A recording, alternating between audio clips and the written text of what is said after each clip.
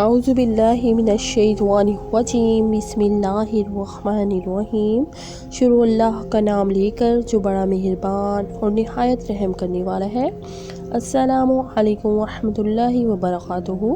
کیسے ہیں ناظرین؟ میں امید کرتی ہوں کہ آپ سب خیریت سے ہوں گے۔ رسول اللہ صلی اللہ علیہ وآلہ وسلم کے اعلان نبوت کے بعد قریش نے ظلم و ستم کے پہاڑ توڑنے شروع کیے تو سب سے پہلے جو افراد ظالموں کے ظلم کے سامنے ڈھال بن کر کھڑے ہوئے وہ ام المومنین حضرت خدیجہ رضی اللہ تعالیٰ عنہا اور حضرت ابو طالب تھے۔ یہ دونوں رسول اللہ صلی اللہ علیہ وآلہ وسلم کے حد سے زیادہ مشفق تھے۔ ابن اسحاق کا قول ہے کہ حضرت ابو طالب اور حضرت خدیجہ رضی اللہ تعالیٰ عنہا دونوں کی وفات کے ایک ہی سال ہوئی۔ حضرت خدیجہ رضی اللہ تعالیٰ عنہا کی وفات کے بعد آپ صلی اللہ علیہ وآلہ وسلم کو کفار کے ہاتھوں بہت سی تکالیف اٹھانی پڑی۔ وہ اپنی زندگی میں رسول اللہ صلی اللہ علیہ وآلہ وسلم سے اظہار ہمدردی کے ساتھ آپ کو تسلی دیا کرتی تھی، جبکہ حضرت ابو طالب قریش کے ظلم و ستم سے آپ کی حفاظت کیا کرتے تھے۔ حتیٰ کہ ہجرت سے 3 سال قبل جب جناب ابو طالب بھی وفات پا گئے تو ظالموں نے ظلم کی انتہا کر دی، یہاں تک کہ ایک روز ان میں سے کسی نے آپ صلی اللہ علیہ وآلہ وسلم کی سر مبارک پر مٹی سے بھری ٹوکری الٹ دی اور آپ صلی اللہ علیہ وآلہ وسلم جب اسی حالت میں گھر تشریف لائے تو آپ کی دونوں معصوم بیٹیاں آپ کا سر دھوتے وقت رونے لگیں۔ رسول اللہ صلی اللہ علیہ وآلہ وسلم نے انہیں رونے سے روکا اور فرمایا، اللہ تعالیٰ نے اہل ایمان کو تکالیف میں گریہ و زاری سے منع فرمایا ہے۔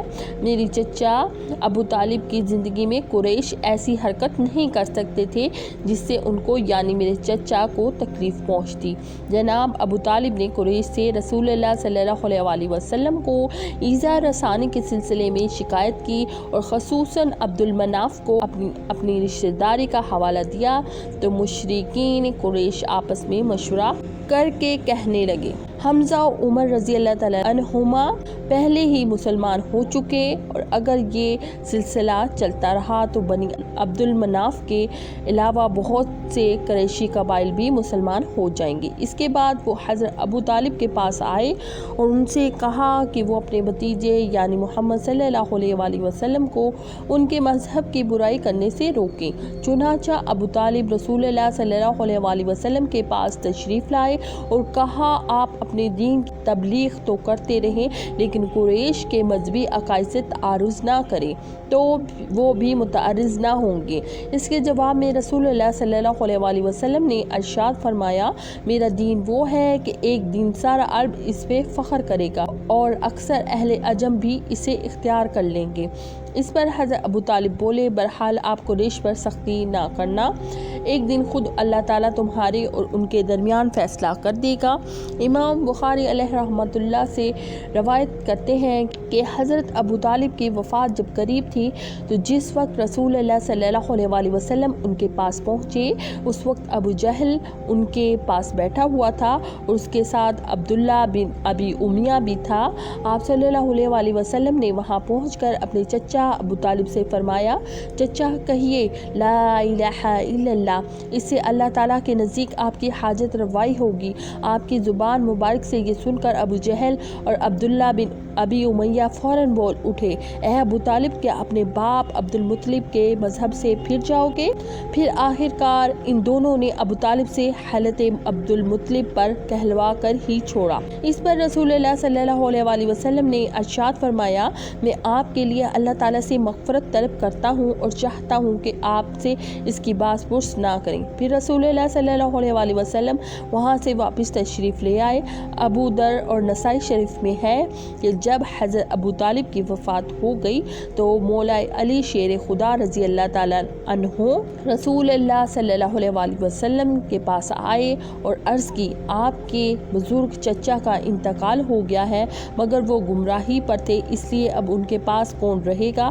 آپ صلی اللہ علیہ وآلہ وسلم نے فرمایا، جاؤ تم ان کے یعنی اپنے باپ کے پاس رہو اور جب تک میرے پاس نہ آؤ کسی سے کچھ نہ کہنا۔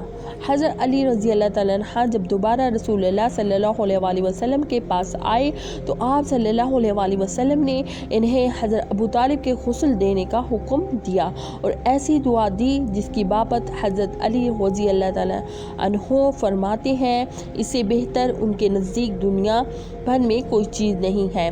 رسول اللہ صلی اللہ علیہ وسلم جب حضرت ابو طالب کی تجہیر و تکفین کے بعد واپس لوٹے تو فرمایا، اے میرے چچا، آپ نے مجھ پر ترس کھایا اور رحم فرمایا، اللہ تعالیٰ آپ کو جزائے خیر دے۔ چنانچہ کچھ روایات ایسی بھی ملتی ہیں کہ آپ صلی اللہ علیہ وسلم حضرت ابو طالب کے جنازے کے ساتھ تشریف نہ لے گئے کہ قریش کے بے وقوفوں کی شرارت کا ڈر تھا، اور نماز جنازہ اس واسطے بھی نہ پڑھائی کہ اس وقت نماز جنازہ مشروع نہیں ہوئی تھی۔ یہاں ایک اور روایت میں بھی ہم اپنے ناظرین کے سامنے رکھنا چاہتے ہیں کہ جب جناب ابو طالب بستر مرگ پر تھے تو حضرت عباس رضی اللہ تعالیٰ عنہ کو اپنے قریب بلا کر زیر لب کچھ کہا تھا۔ جب رسول اللہ صلی اللہ علیہ وسلم نے حضرت عباس سے اس کے بارے میں دریافت کیا تو آپ نے کہا، اے میرے بھائی کے بیٹے، میں نے ان سے جو کہنے کو کہا تھا وہ انہوں نے کہہ دیا ہے۔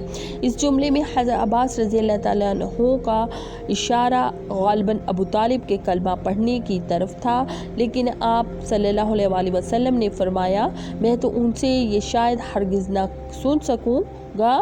علامہ ابن کثیر رحمۃ اللہ علیہ فرماتے ہیں، بعض علماء قدیم عباس رضی اللہ تعالیٰ عنہ کے اس قول سے استناد کرتے ہوئے جناب ابو طالب کے ایمان پر گواہی پیش کرتے ہیں، لیکن اس روایت کے بارے میں بہت کچھ کہا جا سکتا ہے اور تاریخ میں اس روایت پر ابہام پایا جاتا ہے، مگر اس حقیقت کو نہیں جھٹلایا جا سکتا کہ بنی عبد المطلب میں حضرت ابو طالب بہت ہی رحم دل انسان تھے۔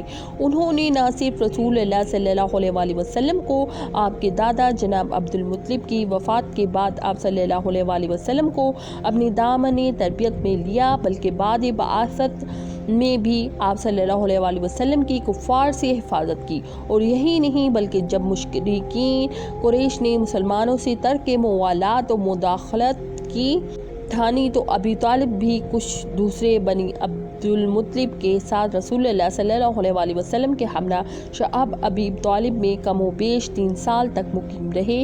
اس کے علاوہ وہ ایسے فصیح و بلیغ اشعار کہتے تھے کہ جن کا جواب عربی ادب میں مشکل ہی سے ملتا ہے۔ واللہ عالم و رسول عالم۔ اللہ تعالیٰ کمی بیشی معاف فرمائے۔ میں امید کرتی ہوں کہ میری آج کی ویڈیو آپ کو پسند آئی ہوگی۔ اسی کے ساتھ دیں ہمیں اجازت۔ اللہ تعالیٰ آپ کا حامی و ناصر ہو۔ السلام علیکم ورحمۃ اللہ وبرکاتہ۔